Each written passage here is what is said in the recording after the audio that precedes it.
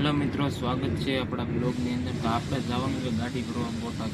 તો મળીએ તમને આગળ।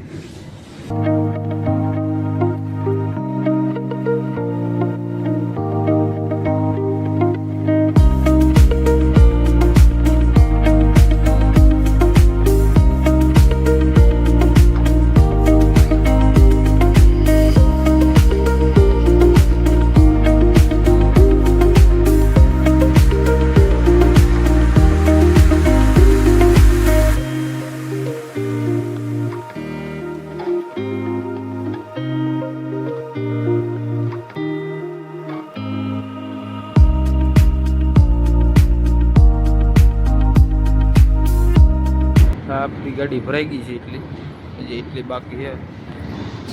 ગાડી ભરાઈ ગઈ એટલે નીકળી આપણે।